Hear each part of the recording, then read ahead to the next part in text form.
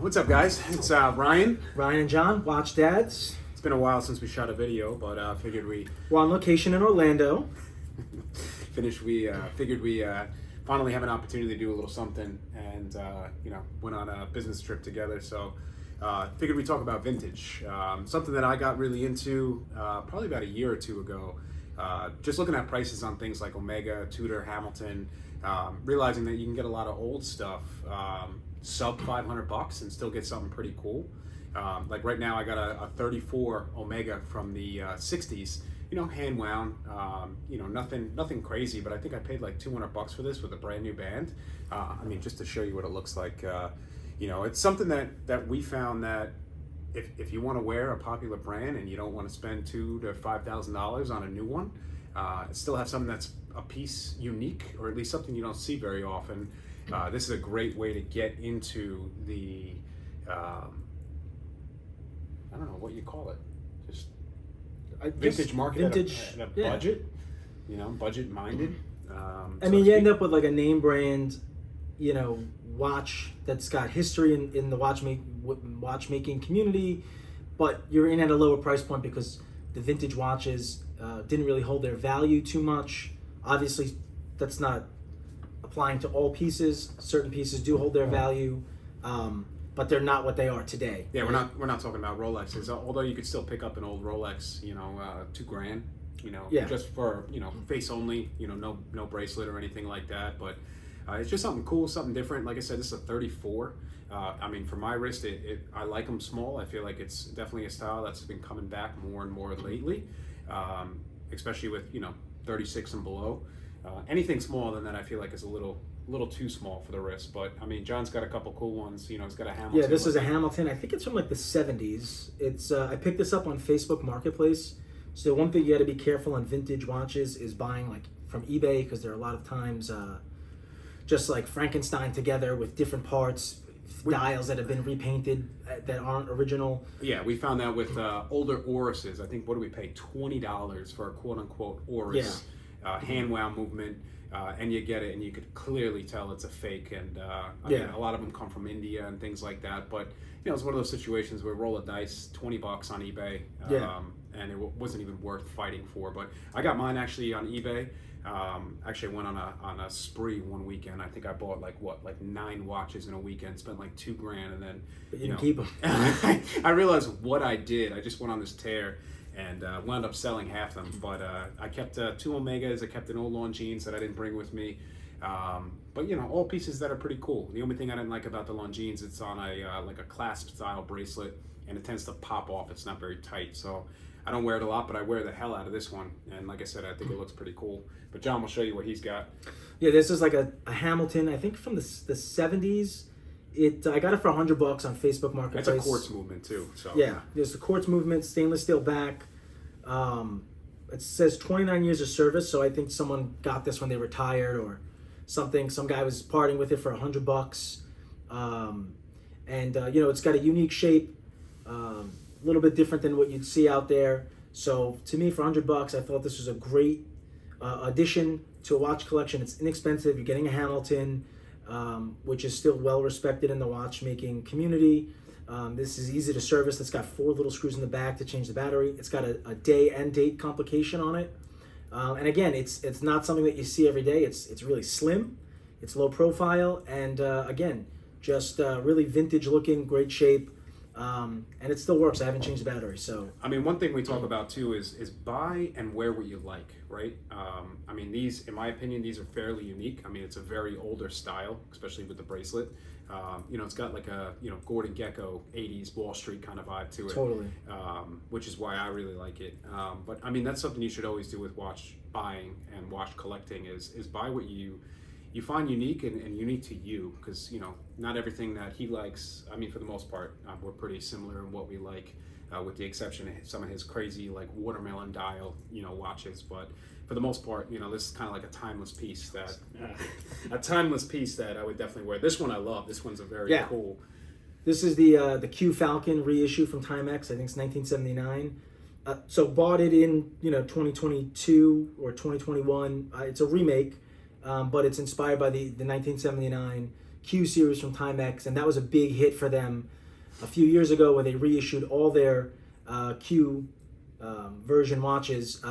But this one in particular, the Falcon, I think if you really can get up close on the dial, it's got like a really cool like wave pattern on it. It's got like the gold tipped indices, gold bezel.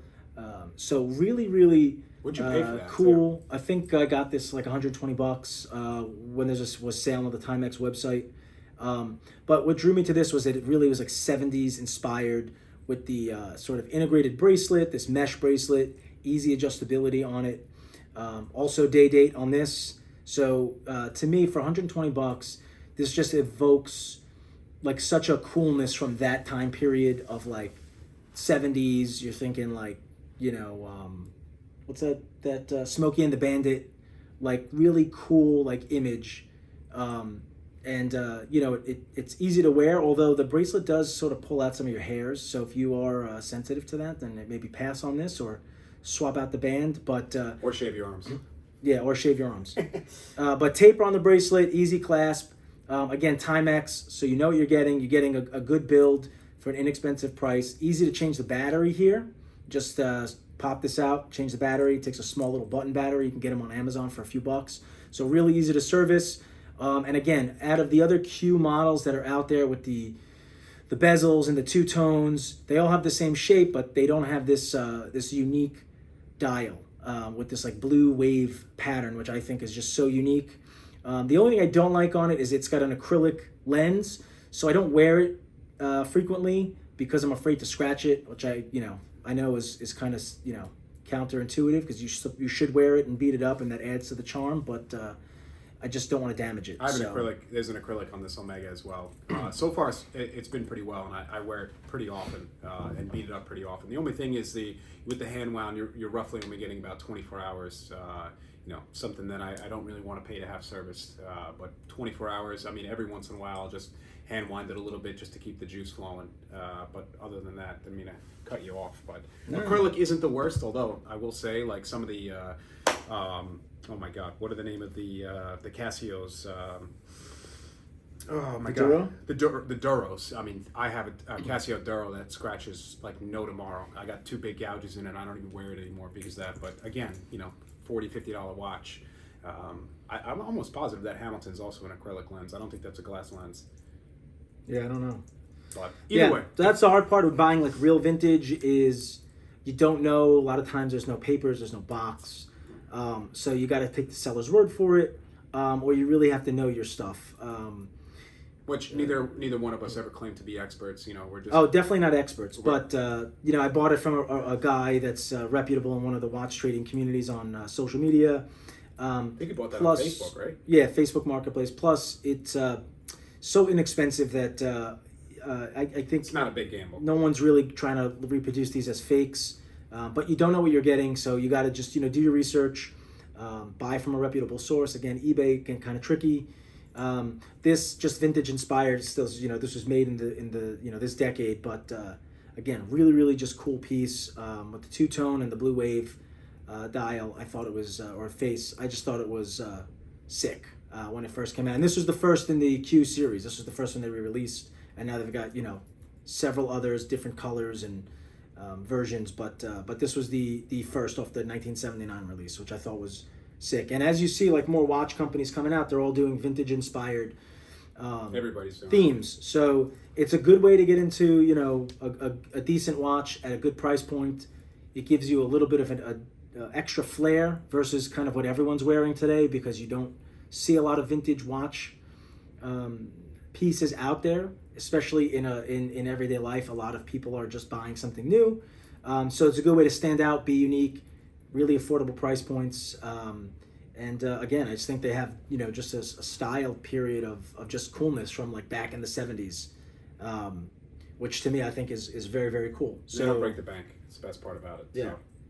But as always, appreciate you guys watching and listening to us to our rant. Again, this is something that we're both very passionate about. We don't claim to be experts, especially when it comes to movements and things like that. We buy what we like, and we share it with you guys. And hopefully you guys get some some tidbits that you know, we share with you guys based on our experience and where to look. Like, you know, we mentioned eBay, we mentioned Facebook Marketplace. I mean, that's really the only places that we've ever, maybe Instagram. I think you bought a couple older watches that we'll get into at another video. You know, like some Omega reduced, you know, stuff that we'll share at a later time. But Instagram, Facebook, eBay, you know, and always make sure that you check references, and especially if you're part of certain watch groups, you know, it's always always ask for a reference. Don't feel embarrassed, because you don't want to get scammed and you don't want to lose your money. So and you don't want to buy like a Lemon or somebody that's trying to scam something away. So anyway, again, really low price point, great looking, unique styles that people aren't wearing these days. And that's going to be a review. It's just up close shots of both of them, so you can see on an original like 1970s style Hamilton and a reproduced 1970s Timex, very similar dimensions and sort of similar styles. So they really did a good job in invoking the style from that time period. But we're going to call that a review because we have business stuff to get back to. So hit a comment, hit the like button, subscribe, show some love, and we'll get back at you on the next one. Appreciate you guys. Take care.